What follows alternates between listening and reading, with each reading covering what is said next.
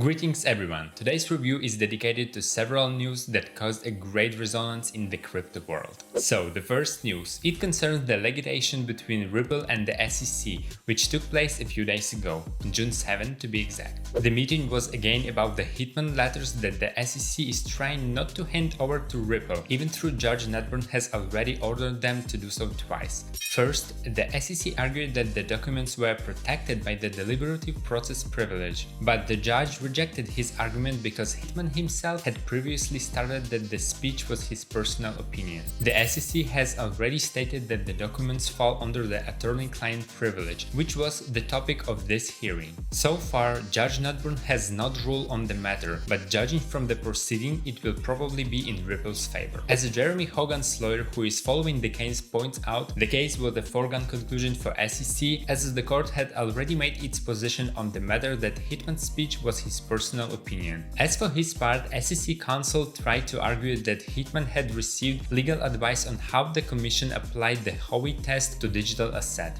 and wanted to make sure his speech was consistent with SEC's position. But SEC counsel made a big mistake that will haunt them in the future. When the judge asked the SEC attorney if they thought Hinman's speech reflected the views of the corporate finance division, and the attorney's first response was yes, and later said that the purpose of the speech was to present the market management how the SEC would treat digital asset. This statement, Hogan believes, reintroduced Hinman's speech as an argument for Ripple's fair notice defense, which strengthens Ripple's position in the proceedings. Moving on to the second piece of news. The Hinman document will not be given to the SEC, so says attorney Dieton. There has already been a lot of controversy surrounding former SEC Director William Hinman's 2018 documents, which resulted in the announcement that Ethereum, ETH, is not a security. Ripple is convinced that this statement will end the argument that its digital currency XRP is a security. However, all attempts to obtain Hinman's document have been unsuccessful, because the SEC has no plans to turn over Ripple's files. John Deaton, who represents XRP investors, offered his opinion. He believes that Judge Sarah Netburn will order the SEC to turn over the Hinman document to Ripple, and if the SEC is forced to produce the document, the agency will immediately demand the settlement, rather than give the Hinman document to Ripple. These emails, these comments will never see the light of the day outside the SEC office. If the SEC is forced to turn over this document, then a settlement can happen. The SEC's stubbornness to continue withholding the document may give Ripple and XRP holders the argument they need, and it will end the lawsuit that has lasted over a year, so believes attorney Dayton.